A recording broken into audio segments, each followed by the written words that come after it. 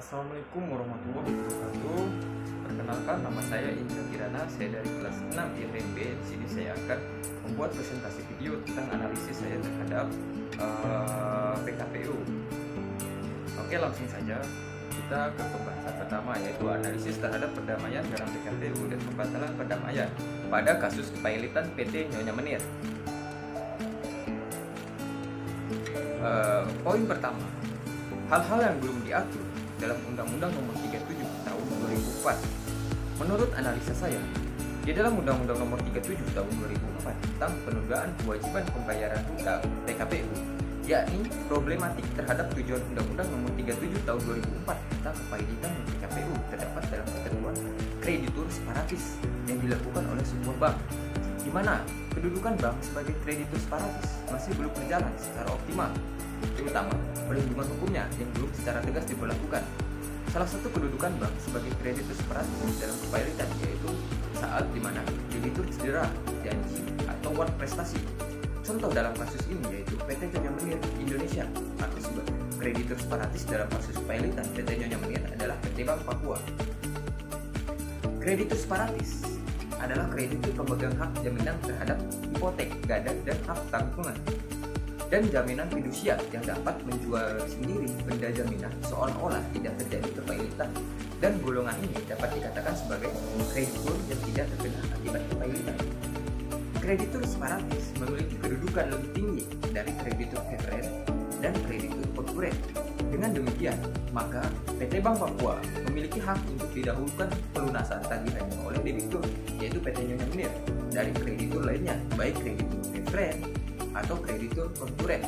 Maka bank dapat melakukan upaya hukum dengan mengajukan permohonan pilot dan atau PKPU terhadap debitur sebagai akibat pembayaran kredit yang tidak lancar. Kondisi uang prestasi debitur dapat disebabkan oleh karena kondisi perekonomian pihak debitur yang tidak kondusif, di mana karena dalam usahanya mengalami kerugian atau kegagalan dan menghambat penyelesaian kredit macet yang terdapat pada suatu bank. Namun, di dalam ketentuan Undang-Undang Nomor 37 Tahun 2004 tentang kepailitan dan PKPU masih terdapat ketentuan yang saling tumpang tindih, sehingga kedudukan yang dimiliki oleh bank tersebut tidak dapat diberlakukan secara optimal. Nah, nomor 2, poin 2 itu akar permasalahan dari kasus PT Nyonya Menir. Dalam putusan homologasi nomor 1 garing PDT Sus PKPU garing 2015 garing PT Niaga Semarang dan Negara Semarang, pihak debitur yang menyepakati rencana perdamaian dalam kasus kepailitan PT Nyonya Menir adalah PT Nyonya Menir. Menurut pasal 1 angka 3 Undang-Undang Nomor 37 Tahun 2004, debitur adalah orang yang mempunyai utang karena perjanjian atau undang-undang yang pelunasannya dapat ditagih di muka pengadilan. Pihak debitur dan pihak kreditur sebagaimana telah disahkan dalam perjanjian perdamaian dalam putusan homologasi nomor 1 garing PDT Sus PKPU 2015 garing Pengadilan Niaga Semarang memiliki hak dan kewajiban yang harus dilaksanakan oleh masing-masing pihak.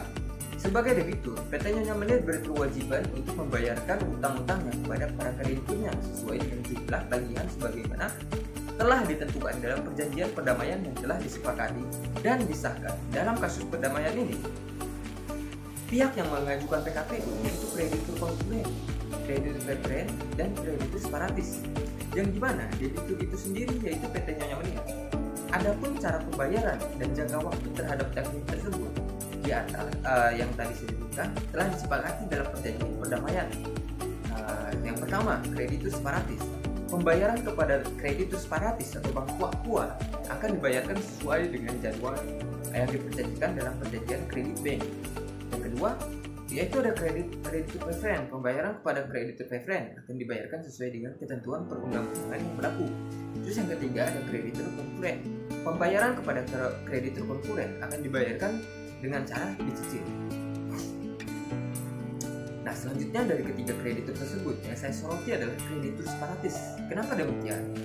Karena kreditur separatis di dalam kasus penundaan kewajiban pembayaran utang yang telah dilakukan oleh PT Nyonya Menir tersebut telah lalai dalam melakukan kewajibannya atau prestasi. PT Nyonya Menir hanya membayar kepada kreditur konkuren yaitu Bapak Hendrianto Bambang Santoso dan kreditur preferen. Nah, kreditur separatis merasa dirugikan yaitu Bank Papua sebagai pihak yang meminjamkan dana kepada PT Nyonya Menir Atas dasar pertimbangan hakim dalam memutuskan perkara pembatalan perdamaian pada kasus kepailitan atau penundaan kewajiban pembayaran utang PT Nyonya Menir, pertimbangan hakim yang pertama adalah berdasarkan pada proposal perjanjian perdamaian yang diajukan oleh termohon. Secara tegas disebutkan untuk sejumlah utang di atas 5 miliar rupiah sampai 35 miliar rupiah dicicil selama 5 tahun dimulai dari akhir Juli 2015 hingga Juni 2020.